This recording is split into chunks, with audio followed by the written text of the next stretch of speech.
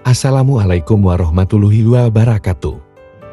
Di akhir hayatnya, Rasulullah Shallallahu Alaihi Wasallam wafat di Madinah dan kemudian dimakamkan di dalam rumah Aisyah, yang kini sudah menjadi bagian dari Masjid Nabawi. Kondisi rumah Rasulullah Shallallahu Alaihi Wasallam dijaga dengan ketat. Pintunya ditutup rapat dan dipagar, selalu dijaga tentara kerajaan.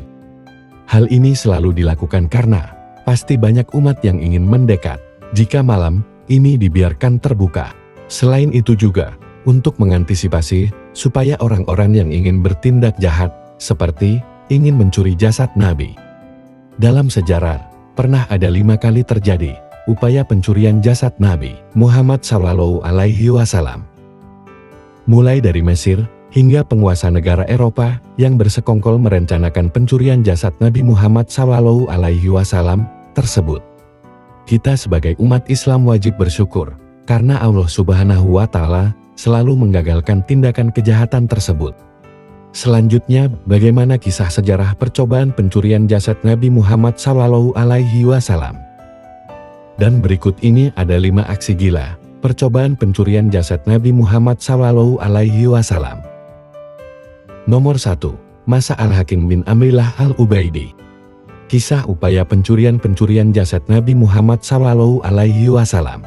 Ini ditulis oleh Muhammad Ilyas Abdul Ghani, penulis buku sejarah Masjid Nabawi Asy-Syarif. Dalam bukunya, dia menuliskan bahwa percobaan pencurian pertama kali dilakukan pada masa Al-Hakim Biamrillah Al-Ubaidi. Al-Hakim Biamrillah merupakan sosok raja dari Daulah Fatimiyah, padahal dia seorang muslim, namun zolim dan menyimpang dari ajaran Allah, sehingga rakyat Mesir sering dibuat resah pada masa pemerintahannya. Pada saat itu, seorang jindid atau orang munafik mengusulkan kepada sang raja agar mencuri jasad Nabi Muhammad. Hal ini dilakukan untuk menarik perhatian dunia kepadanya dan negaranya dengan menghadirkan jasad Rasulullah ke Mesir. Maka negeri ini akan menggantikan Madinah serta dikunjungi banyak orang. Namun tanpa seizin Allah Subhanahu wa Ta'ala, rencana jahat tersebut dapat digagalkan.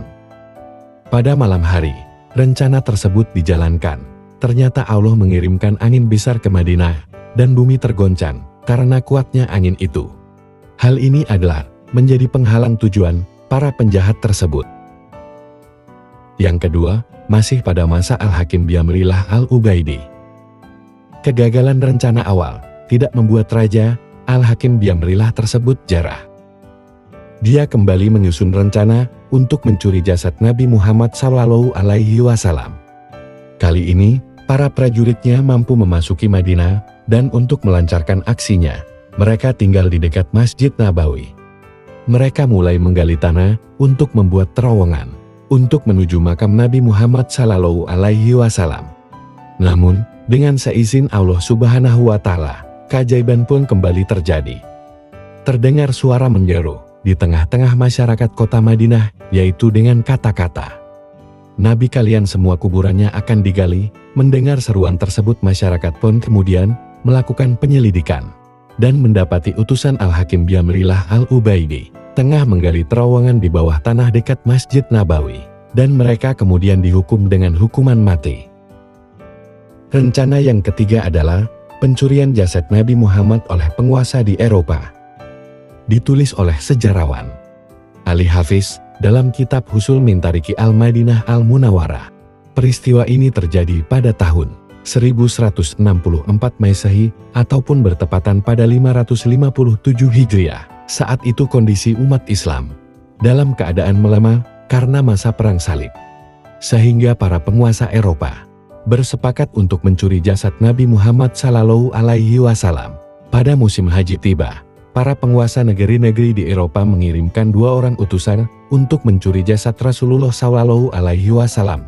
Kedua orang itu menyamar sebagai jamaah haji dari Andalusia yang memakai pakaian khas Maghribi. Keduanya pun ditugaskan untuk melakukan pengintaian dan mencari kesempatan untuk mencuri jasad Nabi Muhammad Shallallahu Alaihi Wasallam. Setelah melakukan beberapa analisa lapangan, keduanya memberanikan diri untuk menyewa sebuah rumah yang lokasinya dekat dengan makam Rasulullah Shallallahu Alaihi Wasallam di sekitar Masjid Nabawi.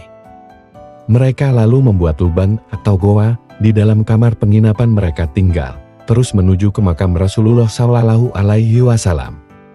Namun rencana tersebut digagalkan oleh Allah Subhanahu wa Ta'ala melalui seorang hambanya yang soleh, yaitu Sultan Nuruddin Mahmud bin Zaki.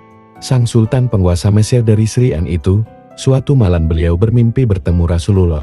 Sang Nabi pun menunjukkan dua orang berwajah Eropa seraya berkata, "Wahai Mahmud, tolong aku dari dua orang ini." Sang sultan pun terbangun dan terkejut. Ia lalu berwuduk dan melanjutkan tidurnya. Namun, ia kembali bermimpi yang sama hingga sampai 3 kali berturut-turut. Pagi harinya, Sang Sultan Mahmud menceritakan mimpinya kepada para menteri dan berpikir bahwa telah terjadi sesuatu di Madinah. Akhirnya Sultan bersama 1000 pengawal dan membawa harta yang banyak berangkat ke Madinah. Sesampainya di Madinah, ia pun segera sholat di Raudah. Lalu, menziarahi pusaran Rasulullah Shallallahu Alaihi Wasallam. Sultan duduk termenung di depan pusaran Rasul. Setelah itu, Sultan memerintahkan agar seluruh penduduk Madinah berkumpul, terutama penduduk dan penziarah di sekitar Masjid Nabawi. Sultan lalu membagi-bagikan hadiah pada setiap orang yang datang dengan harapan bisa bertemu dengan dua orang yang dilihat di dalam mimpinya. Namun sayang, dia tidak bertemu dengan dua orang yang dicarinya itu. Sultan Nuruddin lalu berkata, "Apakah ada yang belum mendapatkan hadiah?" Mereka pun menjawab, "Tidak ada, kecuali dua orang dari Andalusia." Keduanya tidak mengambil sedikit pun, karena tengah khusyuk beribadah di Raudah dekat makam Rasulullah. Setelah dicari, kedua orang itu segera dihadapkan kepada Sultan Nuruddin untuk diinterogasi. Pada awalnya, mereka mengaku sebagai penziarah Muslim dari Andalusia. Namun wajah mereka terlihat pucat dan ketakutan, dan jawabannya pun berbelit-belit. Untuk mendapatkan kebenaran jawabannya, kedua orang tersebut kemudian dibawa ke balik dinding dan dibukalah celananya. Ternyata kedua orang itu tidak disunat atau hitan. Setelah diinterogasi terus-menerus, keduanya mengaku bahwa mereka adalah tentara salib. Keduanya mengaku melaksanakan tugas suci dari sebuah liga internasional untuk mengambil jasad Nabi Muhammad SAW untuk dibawa ke Eropa. Usaha pencurian itu sudah mereka lakukan sejak lama dengan cara menggali terowongan di sebelah kiblat luar Masjid Nabawi. Kemudian kedua utusan itu akhirnya dihukum mati. Yang keempat adalah kelompok perampok. Upaya keempat, saat sejumlah orang mencuri dan merampok pengembara jamaah haji. Kemudian mereka bertekad untuk menggali makam Nabi Muhammad SAW. Mereka berbicara dan terang-terangan mengutarakan niat mereka. Mereka lalu menyeberangi laut menuju Madinah. Kemudian Allah menolak serangan mereka dengan kapal yang telah disiapkan dari Mesir, Al-Iskandariyah, yang mengikuti mereka. Kemudian menangkap mereka semuanya dan memenjarakannya. Dan yang kelima, 40 orang yang ingin menggali makam Abu Bakar dan Umar. Usaha kelima dilakukan dengan rencana menggali makam Abu Bakar dan Umar bin Khattab. Itu terjadi di pertengahan abad ke-7 Hijriah. Jumlah mereka yang mencapai 40 orang dari Aleppo, Suriah ingin menggali kubur di malam hari, kemudian bumi pun terbelah dan menelan mereka semua. Hal ini diceritakan oleh pelayan Al-Haram An-Nabawi. Pada saat itu, beliau adalah Syawab As-Syamsu Al-Malti. Dan inilah 5 aksi gila, percobaan pencurian jasad Nabi Muhammad SAW. Mudah-mudahan video ini bermanfaat bagi kita semua. Amin ya robbal alamin. Assalamualaikum warahmatullahi wabarakatuh.